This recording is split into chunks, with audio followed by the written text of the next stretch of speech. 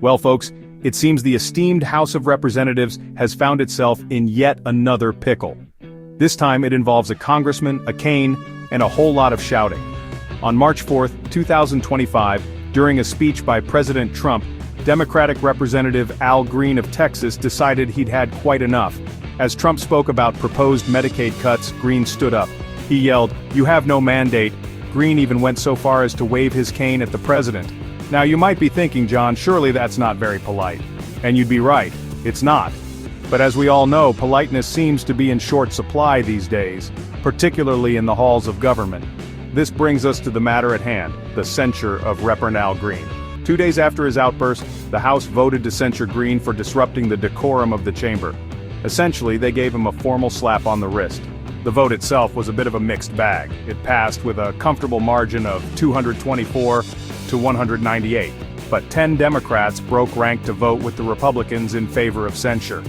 These brave souls, hailing from districts all across this great land, cited the need for, you guessed it, decorum in their decision. Names like Barra, Case, Costa, they all lined up to wag their fingers at poor Mr. Green. But hold on, folks, because this story, much like a budget airline flight, is about to get even more turbulent. The vote to censure Representative Green revealed some deep divisions within the House of Representatives. On one side, you have the Republicans, united in their condemnation of Green's actions. They argued that his outburst was disrespectful to the presidency and disruptive to the legislative process. Leading the charge was House Speaker Mike Johnson, a man who looks like he hasn't cracked a smile since dial-up internet was a thing. Johnson called Green's behavior disgraceful and a flagrant breach of decorum. On the other side of the aisle, the Democrats found themselves in a much more complicated position. Some, like House Minority Leader Hakeem Jeffries, tried to distance themselves from Green's actions, calling them a distraction from the party's message. They worried that his outburst would play right into the hands of the Republicans, who were already painting the Democrats as a bunch of unhinged radicals. But other Democrats were not so quick to condemn Green. They saw his actions as a bold act of protest against an administration they believed was actively harming the American people. These Democrats felt that Green was right to speak truth to power, even if it meant breaking a few rules along the way. They argued that in the face of injustice, silence was not an option, and as we all know, sometimes you just gotta sing it out.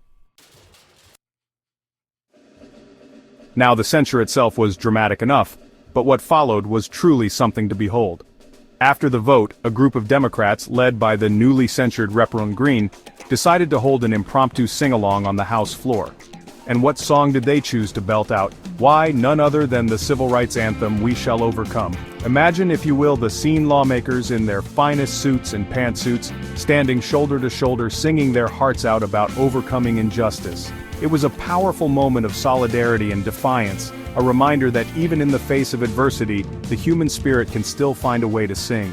Of course, not everyone was thrilled with this display of musical protest. Some Republicans were downright apoplectic. They accused the Democrats of grandstanding and disrespecting the institution. One particularly irate representative, a gentleman by the name of Andy Ogles from Tennessee, decided to take matters into his own hands. He drafted a resolution to strip committee assignments from any Democrat who participated in the sing-along. So, we have singing, we have threats of punishment, we have enough political drama to make House of Cards look like a documentary about kittens, and through it all one question remains, was it worth it? The censure of Representative Al Green and the subsequent protest have sent shockwaves through Washington, D.C. It's a stark reminder of the deep partisan divisions that continue to plague American politics. The Republicans, emboldened by their victory, are now looking to punish the Democrats who dared to defy them. The Democrats, meanwhile, are grappling with how to respond to this latest attack.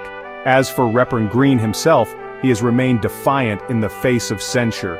He argues that his actions were necessary to bring attention to the plight of the poor and vulnerable who are being hurt by the Trump administration's policies. He has vowed to continue speaking out against injustice, even if it means facing further repercussions. The events of the past few days have also highlighted the challenges facing the Democratic Party.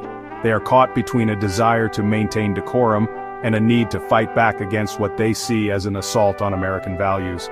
The party is divided on how best to oppose the Trump administration, with some advocating for a more confrontational approach, while others prefer a more measured response. One thing is for sure, this story is far from over. The battle lines have been drawn, and the fight for the soul of America continues. Fasten your seatbelts, folks, because it's going to be a bumpy ride.